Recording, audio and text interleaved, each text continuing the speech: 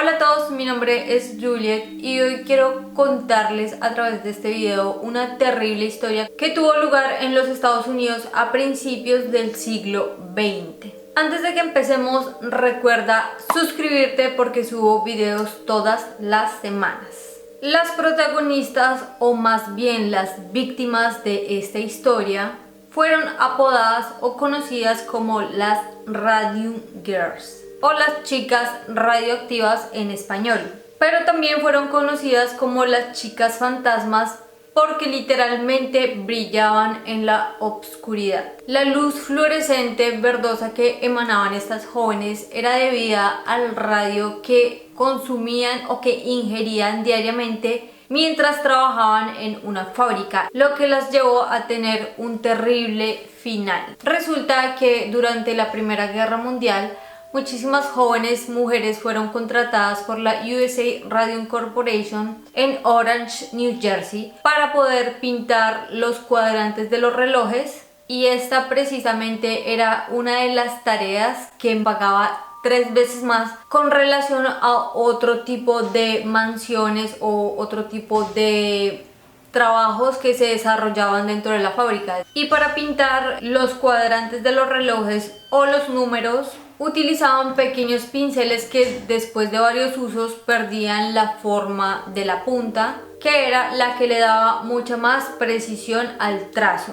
Y las jóvenes terminaron por darle forma nuevamente a la punta del pincel con la ayuda de los labios y pues de la boca, terminando así por consumir de a poco una dosis de este tipo de pintura que obviamente con el pasar de las horas pues aumentaba, también con el pasar de los días aumentaba el consumo de esta sustancia. Lo que se preguntaron a estas chicas, como no lo podríamos preguntar nosotros, es si esta sustancia hacía daño. Los dirigentes de la fábrica respondieron a estas jóvenes en esta época que el radio en esas cantidades no les podía hacer ningún daño, que lo máximo que podía generarles era simplemente rozor en las mejillas y por ende no debían preocuparse. Un tipo de respuesta que hoy en día a cualquiera podría hacer empalidecer. Pero debemos tener en cuenta que en esta época el radio no era considerada una sustancia peligrosa. Al contrario, se creía que tuviera ciertos beneficios para la salud. Y este llegó a ser consumido, por ejemplo, en agua como una especie de tónico refrescante, mejor dicho, una bebida que como que te tonificaba, no sé qué significa tonificarte desde adentro, como refrescarte o algo así. Se utilizó en eso, se utilizó en cremas para el rostro como cosméticos, se utilizó en maquillajes, se utilizó en mantequilla, se utilizó en juguetes y se llegó incluso a utilizar como pasta dental. Todo esto porque se le atribuían poderes como rejuvenecedores. Se consideraba como un elixir de juventud el radio. En el próximo video les hablaré más detalladamente sobre este compuesto y también por qué era considerado saludable. Pero hoy nos vamos a dedicar al caso de las chicas radioactivas o las Radium Girls. Por este motivo no era difícil imaginar que las chicas utilizaran y manejaran esta sustancia con toda la tranquilidad del mundo. Tanto así que en algunos momentos de pausa, es decir, como en los descansos laborales, llegaron a tomar esta pintura y a colocarla como un barniz de uñas para obviamente verse como las uñas en la oscuridad brillantes. Hoy me puse estas uñas este color porque tienen como relación con el color fosforescente, radioactivo, no sé, hace pensar algo radioactivo este amarillo tan brillante o verde. El caso es que estas chicas utilizaron la pintura con la que pintaban estos relojes sobre sus uñas. Como estas jóvenes se sentían tan despreocupadas de estar manejando esta pintura luminosa, llegaron incluso a utilizar vestidos que utilizaban para salir en las noches, el sábado, el viernes, así para sus citas. Se dejaban sus vestidos para salir, como que no utilizaban el uniforme, un tipo de uniforme, y se iban a trabajar con la ropa. Entonces como que toda esta pintura que les salpicaba o que de una u otra manera llegaba a caerles en los vestidos, pues se adhería a estos, y cuando salían en la noche, pues si iban a algún lugar un poco oscuro o era de noche, pues obviamente los vestidos literalmente brillaban en la oscuridad. Lo que nos pone un poco a pensar, o lo que a mí me pone un poco a pensar, es que estas chicas obviamente ignoraron por completo el hecho de que tanto las familias como los dirigentes o las personas como los propietarios de la fábrica y las personas que manipulaban la pintura antes de que llegaran a ellas, es decir, como los químicos y las personas que se encargaban de la preparación de la pintura para que después llegara a ellas, que eran las encargadas de pintar. Estas personas todas se protegían detrás de pantallas de plomo y también utilizaban atuendos especiales y pinzas en marfil, además de guantes. Es más, la misma Marie Curie, que fue la científica polaca de nacionalidad también francesa que descubrió el radio, sufrió quemaduras a causa de la radiación de este elemento. Lo que no se sabía era en qué cantidad podía llegar a ser tóxico. Pero debido a que los médicos también lo aconsejaban y lo recomendaban como saludable, pues simplemente como que no se le dio mucha importancia y se pensó que en pequeñas cantidades era completamente inofensivo. Aunque esto lo creía como quien no estaba en contacto con grandes cantidades de radio. Creo que los médicos no estuvieron como en contacto con mucho radio. Ellos no eran físicos, no eran químicos, no eran científicos, entonces ellos como que lo recomendaban y lo aconsejaban, pero Marie Curie, que fue la que lo descubrió ella misma, sufrió graves quemaduras e incluso después pues falleció a causa de su descubrimiento. Los físicos, los químicos, los científicos que estaban detrás del radio, yo creo que sí lo comprendían, porque el hecho de que los dueños de la fábrica y los que manipulaban este producto de manera importante se protegieran tanto es porque sabían que podía llegar a ser dañino. Pero bueno, pasaron por alto el hecho de que una pequeña cantidad también pudiera ser nociva para la salud. Podemos entonces decir con certeza que la empresa fue culpable y malintencionada desde un comienzo. ¿Cómo podían no darse cuenta de la cantidad de radio que estaban consumiendo sus empleadas? Obviamente, al concluirse una jornada laboral, pues puedes hacer un cálculo de cuánto producto usas.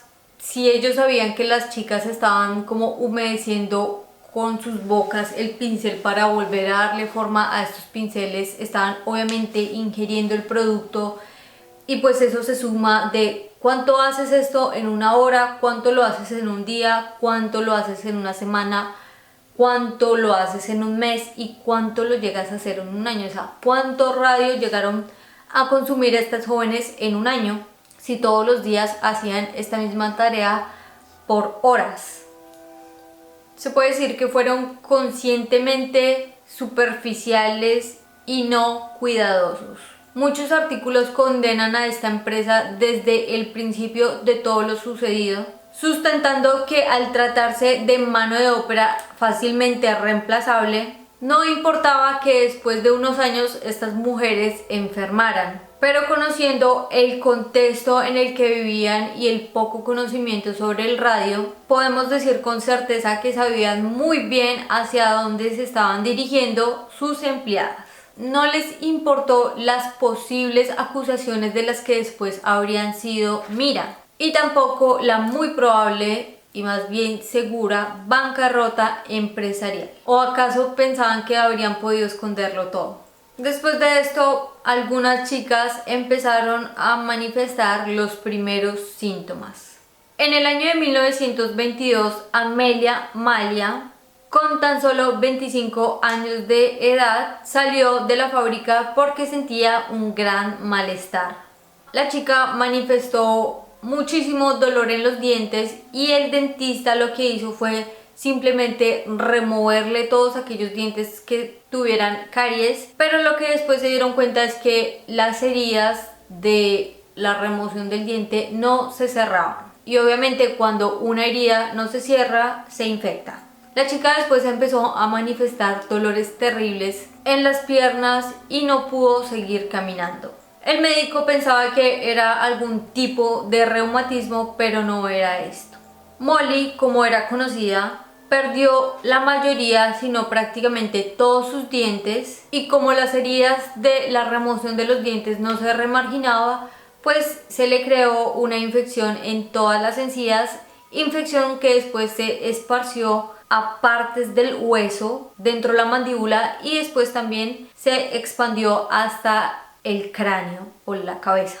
Cuando el dentista Joseph Neff examinó la mandíbula de Molly en sus últimos meses de vida, se dio cuenta que el hueso se había debilitado tanto que el médico no tuvo otra opción que removerlo. El 12 de septiembre de 1922, Molly murió por una hemorragia. Y al parecer la USA Radium Corporation logró que el certificado de muerte de esta chica tuviera como causa del deceso sífilis, una enfermedad que le fue imputada a las sucesivas enfermas, todo con el afán de desacreditarlas. El dentista sostenía que no había sido la enfermedad que había matado a Molly. Expuso el hueso a una película dental y después, al revelarla, esta le ayudó a indicar el absurdo nivel de radiación y confirmó los resultados con un electroscopio. Mientras tanto, otras chicas empezaron a empeorar sus condiciones. En el año de 1922, una cajera de un banco llamada Grace, que anteriormente había también trabajado para la USA Radium, empezó a preocuparse puesto que sus dientes empezaron a aflojarse, además de que sentía dolor. Obviamente, después de que le empezaron a doler y se le empezaron a aflojar los dientes, estos se empezaron a caer. Sus problemas se agravaron cuando la mandíbula se le empezó a inflamar. Fue así como Grace buscó la ayuda de un médico para que le diera un diagnóstico de sus extraños síntomas. Valiéndose de un primitivo aparato de rayos X, el médico descubrió un grave deterioro del hueso, a un nivel que el médico nunca había visto. Prácticamente la mandíbula de esta joven estaba tan porosa y tan deteriorada que el médico decía que parecía un nido de abejas, puesto que estaba llena de agujeros. Mientras los médicos trataban de encontrar algún motivo de la extraña enfermedad de Grace, en la ciudad de New Jersey empezaron a manifestarse o a aparecer nuevos casos de chicas con los síntomas similares o los mismos síntomas que tenía Grace, es decir, dolor en los dientes, dientes que se aflojaban y obviamente después se caían, inflamación, infecciones en la mandíbula porque las heridas no se sanaban. Un dentista en particular empezó a llevar el cálculo y el registro de cada persona que él supiera que tenía estos síntomas, y con esto se necesitó muy poco para poder descubrir qué era lo que acomodaba estas mujeres con el mismo síntoma. Es decir, si ya llevas un registro de esta persona está así, esta está exactamente igual, pues obviamente tú después vas a saber que todas estas personas tienen en común el mismo lugar de trabajo, o trabajaron todas en un mismo lugar, o comieron todas una misma cosa. Entonces pues ya es más fácil individuar cuál fue el motivo o cuál ha sido la causa de esto. Fue así como el médico que estaba llevando los registros se dio cuenta que prácticamente todas las mujeres que tenían ese deterioro en la mandíbula habían trabajado en la misma fábrica y todas habían trabajado pintando los relojes. El encubrimiento. El empleador de estas chicas negaba todo tipo de responsabilidad por las muertes acontecidas por casi un periodo de 2 años. Pero los rumores corrían y la USA Radium cayó en una crisis económica. Fue así como en el año de 1924 el propietario encargó a un experto para que examinara la conexión entre las muertes y el trabajo que estas mujeres habían desenvuelto en la fábrica. Un especialista de la Columbian University de nombre Frederick Flynn quiso examinar a Grace. Flynn declaró que la mujer estaba en perfecto estado de salud, pero se descubrió después que Flynn no era un médico y que tampoco tenía una licencia para desempeñarse ni desenvolver ningún tipo de diagnóstico médico, pero se descubrió que este hombre era un toxicólogo que trabajaba para la USA Radium y el asistente que había acompañado a este supuesto médico no era más que el vicepresidente de la compañía. La Radium Company tuvo la solidaridad de emprendedores y médicos que hasta ese entonces habían diagnosticado el radio y también lo vendían, entonces como que eran apoyados por personas que también querían creer que el radio no causaba daño y, mejor dicho, la negación total. Y estos empezaron también a sustentar el hecho de que las chicas no se habían enfermado por culpa del radio, sino que se habían enfermado por culpa del pegante que utilizaban para pegar las piezas, no sé. Mejor dicho, ellos estaban en una negación total de que el radio era el que les estaba destruyendo los huesos a estas mujeres. La empresa contrató un fisiólogo profesor de Harvard para que estudiara las condiciones de trabajo en la fábrica. La reacción de Drinker, el profesor de Harvard, fue grave. Se dio cuenta que la fuerza de trabajo estaba altamente contaminada y las insólitas condiciones en la sangre de prácticamente todo aquel que hubiese trabajado en la empresa. Los reportes que la fábrica entregó al Departamento de Trabajo de New Jersey acreditaban a Drinker como el autor, pero las descripciones reales de las pésimas e insanas condiciones fueron sustituidas con brillantes reconocimientos, afirmando que cada una de las chicas estaba en perfecto estado de salud. El presidente de la Radium Company había ignorado cualquier consejo, sugerimiento, cualquier cosa que le hubiera dicho este fisiólogo, lo ignoró completamente y modificó el reporte original de Drinker, que era pues el que había ido a ver verdaderamente qué era lo que estaba pasando y el que hizo un diagnóstico de cuáles eran las condiciones en las que trabajaban estas mujeres. Él escribió la verdad, pero el presidente dijo, pues bueno, ya lo sé y lo voy a seguir escondiendo, entonces prácticamente cambió todo el reporte, ignorando por completo las condiciones en las que estaban trabajando estas mujeres y obviamente ignorándolas a ellas, ignorando la ley, ignorando la salud de las personas, ignorándolo todo, todo. El reporte fraudulento. El reporte fraudulento fue descubierto en el año de 1925 por Alice Hamilton, que era una colega de Drinker, que fue el fisiólogo que hizo como el reporte, que obviamente después fue modificado por el propietario de la fábrica. Entonces como que esta mujer se dio cuenta y persuadió a Drinker para que dijera la verdad y hiciera pública la información real. Drinker finalmente se dio cuenta de lo que estaba haciendo y aceptó, entonces él mismo publicó en una revista científica los datos reales del reporte. Los dirigentes de la USA Radium Company estaban furiosos y amenazaron con acciones legales a Drinker, pero él igualmente, amenazado y todo, publicó sus descubrimientos.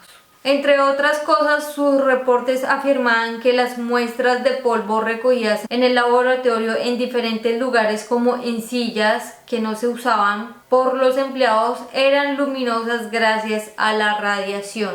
Esto se podía percibir en la oscuridad. Las cabelleras, rostros, manos, brazos, cuellos, indumentos exteriores y también íntimos de las mujeres que pintaban los relojes eran luminosos. Una de las chicas mostró puntos brillantes sobre sus muslos en las piernas. La espalda de otra chica era luminosa casi completamente. Cuando el experto confirmó la relación entre el radio y las enfermedades, El presidente de la empresa se sintió ultrajado y en cambio de aceptar los resultados, pagó nuevos estudios que llegaron a una conclusión opuesta y denunció públicamente a las mujeres acusándolas como especuladoras que trataban solo de enganchar sus enfermedades a la empresa.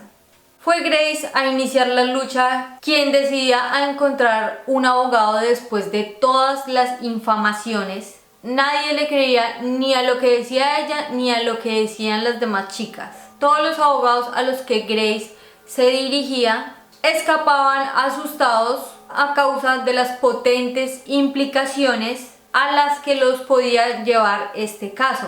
No querían prepararse a una batalla legal que requería el vuelco de la legislación existente. En aquel entonces el envenenamiento por radio no era algo comprensible y ni tan siquiera se había descubierto el hecho de que el radio pudiera envenenar, o al menos pues toda la comunidad científica y médica no lo sabía. Unos cuantos científicos lo sabían porque la misma Curie se quemó y dijo esto es muy peligroso porque ella se quemó con la radiación de su mismo descubrimiento. Hasta que estas jóvenes se enfermaron, las mismas mujeres fueron bloqueadas por los estatutos de la ley que establecían que las víctimas de envenenamiento profesional debían presentar sus casos legales antes de 2 años a partir de los primeros síntomas de la enfermedad. La mayoría de las chicas manifestaron los primeros síntomas después de 5 años de haber empezado a trabajar en la fábrica de los relojes. Se encontraron entonces atrapadas en un círculo jurídico. Pero Grace era la hija de un delegado sindical y estaba determinada a ganar la batalla. En 1927 finalmente Grace Fryer encontró un joven abogado dispuesto a defenderla. Él fue Raymond Berry y a ella también se unieron otras 5 empleadas. Cada una de ellas pidió como indemnización $250,000 y muchas testificaron antes de morir. Mientras la USA Radio Company contrastaba el hecho sobornando para falsificar los resultados de las autopsias, así como había hecho con el certificado de muerte de Molly, extendiendo cada vez más el proceso con la esperanza de que las demandantes murieran. El desafío más grande de las mujeres envenenadas por radio era el hecho de demostrar que todos los síntomas de la misteriosa enfermedad tenían una relación con el elemento incriminado. Recordemos que la opinión popular estaba convencida de que el radio era algo saludable y no el contrario. Solamente cuando el primer hombre empleado de la fábrica murió, los expertos empezaron a cambiar de opinión. En 1925, un brillante médico de nombre Harrison Markland elaboró un test que demostró definitivamente cómo este compuesto había provocado el envenenamiento de las mujeres. Markland explicó también lo que estaba pasando dentro de sus cuerpos. Ya en 1901, era evidente que el radio podía dañar a los humanos cuando este fuera inhalado o respirado. El mismo físico Pierre Curie había declarado que él no quería quedarse en la habitación con 1 kilo de radio puro porque esto le habría quemado toda la piel del cuerpo, dañándole también la vista y probablemente matándolo. Markland descubrió que el radio, cuando era utilizado en pequeñas cantidades, era incluso peor, es decir, más destructivo. El radio ingerido por las trabajadoras se había acumulado dentro de sus cuerpos, destruyéndoles progresivamente los huesos, dándose a conocer como el caso de las chicas radioactivas resonó bastante en Norteamérica y Europa, siendo la misma Marie Curie a afirmar que estas mujeres se habían enfermado por una manipulación incorrecta de la sustancia. Las fábricas de relojes que utilizaban radio en otros países usaban algunas medidas de seguridad para sus trabajadores, mientras que la USA Radio Company pagaba el silencio de sus trabajadores. Hasta que en el año de 1926 se vio obligado a cerrar las puertas de Orange. y a trasladarse a otro lugar,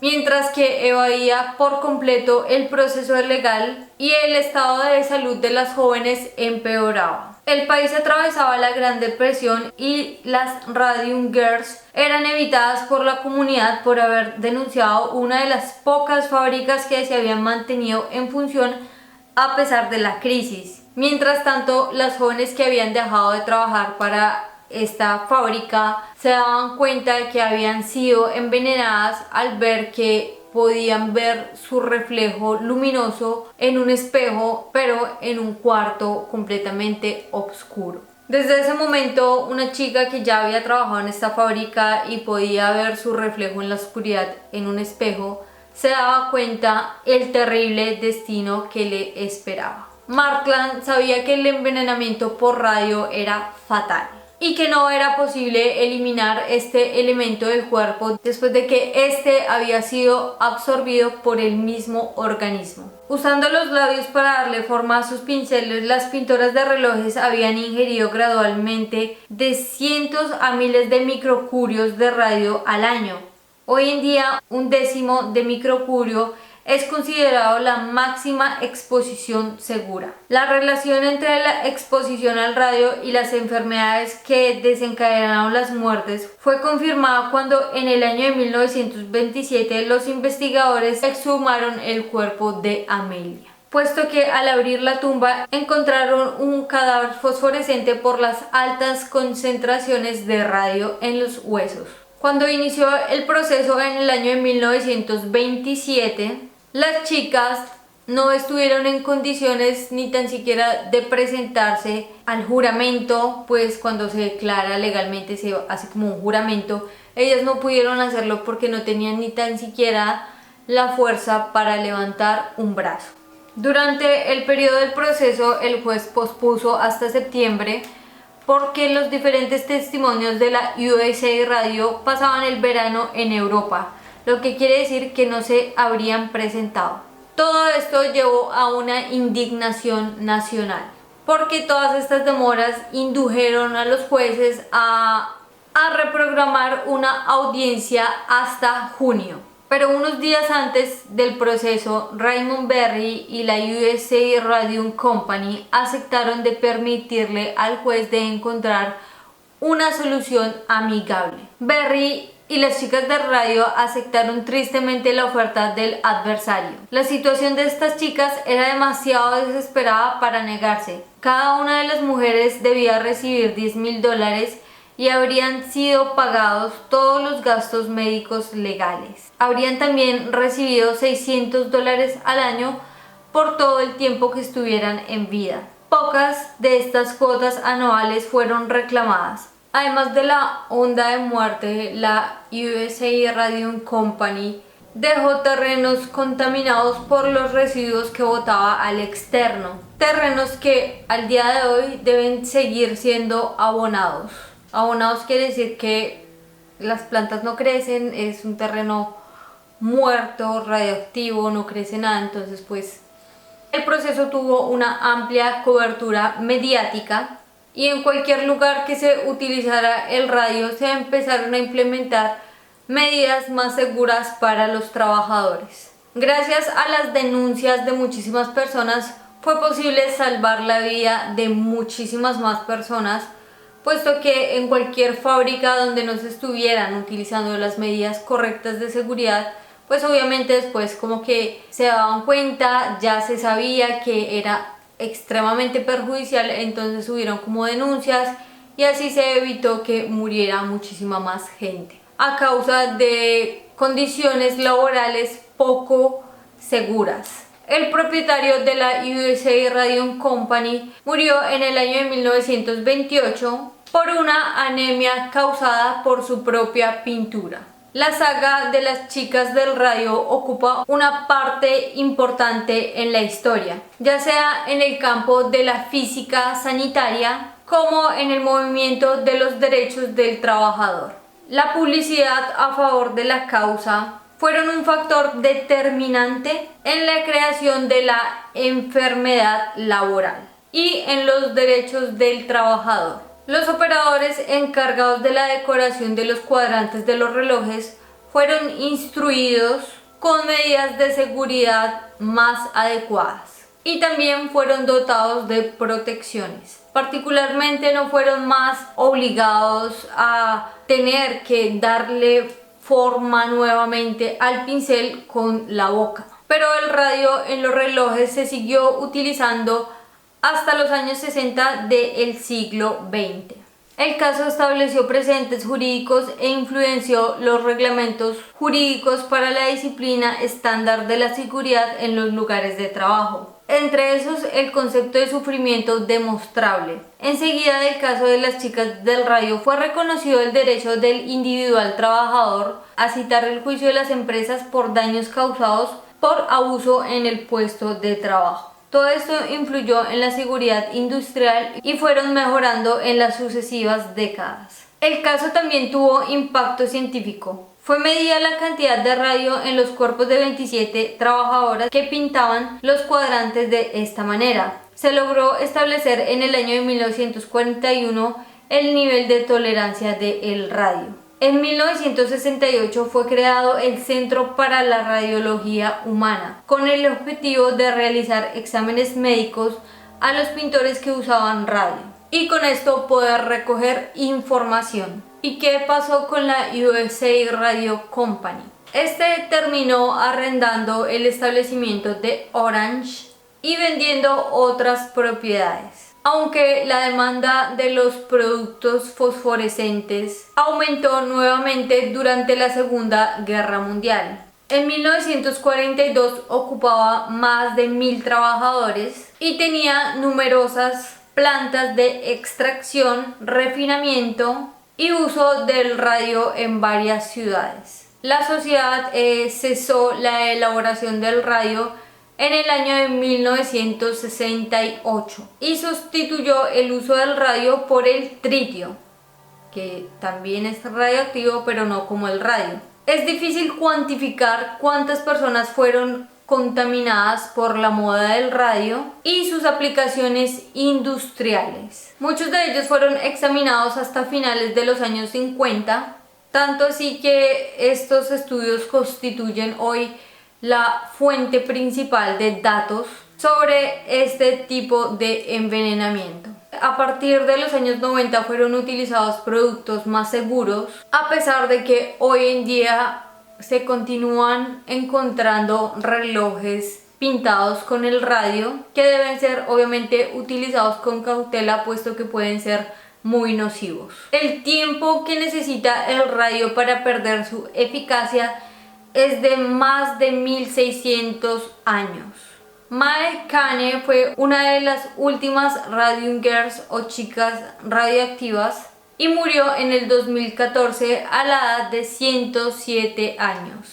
Nunca quiso darle forma al pincel con la ayuda de sus labios y por eso como que no pintaba bien los relojes y fue despedida por este motivo. Prácticamente el hecho de que la despidieran por rebelde, por no querer lamber la pintura y por, sí, como que desde un principio dijo, bueno, le dijeron, toma, pinta estos relojes, cuando se te dañe la punta arréglala así, haz esto, entonces ya como que nunca lo hizo, entonces prácticamente fue despedida inmediatamente y esto fue lo que le salvó la vida. Hay una película que se llama precisamente Radium Girls y fue estrenada en el 2018. Yo todavía no me la he visto porque quería como primero investigar esto, aunque créanme que si les interesa les dejaré los links. Obviamente tuve que hacer traducciones porque no encontré muchísima información en español, entonces hice lo mejor que pude. Espero que les haya gustado muchísimo este video. Ustedes sabían algo acerca